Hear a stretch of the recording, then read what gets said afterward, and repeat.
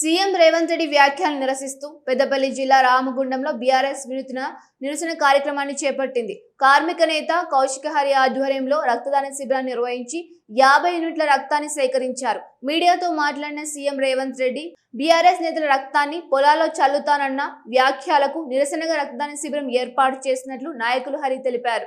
రైతులకు సాగునీరు అందించేందుకు తమ రక్తం ఇచ్చేందుకైనా సిద్ధంగా ఉన్నామని స్పష్టం చేశారు.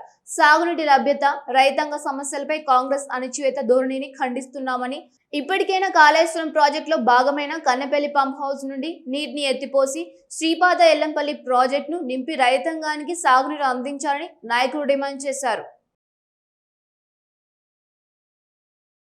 ఇవాళ రాష్ట్రమంతా కూడా డ్రాట్ అయిపోయి ఇవాళ జూలై నెల వచ్చినా గానీ వర్షాభావ పరిస్థితుల వల్ల ఇవాళ పొలాలన్నీ ఎండిపోతా ఉన్నాయి. పత్తులన్నీ ఎండిపోయే క్రమంలో ఏదైతే గత బీఆర్ఎస్ హయాం ప్రభుత్వంలో గౌరవ పెద్దలు కేసీఆర్ గారి హయాంలో నిర్మాణమైనటువంటి కాళేశ్వరం ప్రాజెక్టు ద్వారా ఇవాళ 10 ఏళ్ల కాలంలో ఆయకట్టు డబుల్కు అయినా పైన పెరిగిపోయింది. ఇట్లాంటి పరిస్థితుల్లో ఇవాళ ఏదో 3 పిల్లర్లు కాళేశ్వరం ప్రాజెక్టులో కుంగిపోయినాయని చెప్పేసి దాన్ని 3 ఏళ్ల నుంచి రిపేర్ చేయకుండా మూలకి పెట్టేసి అక్కడున్నటువంటి ఇసుకనంతా దూరకపోయి కోట్లాది రూపాయలు కాంగ్రెస్ ప్రభుత్వం ముఖ్యమంత్రి సంపాదించుకుంటా ఉన్నారు.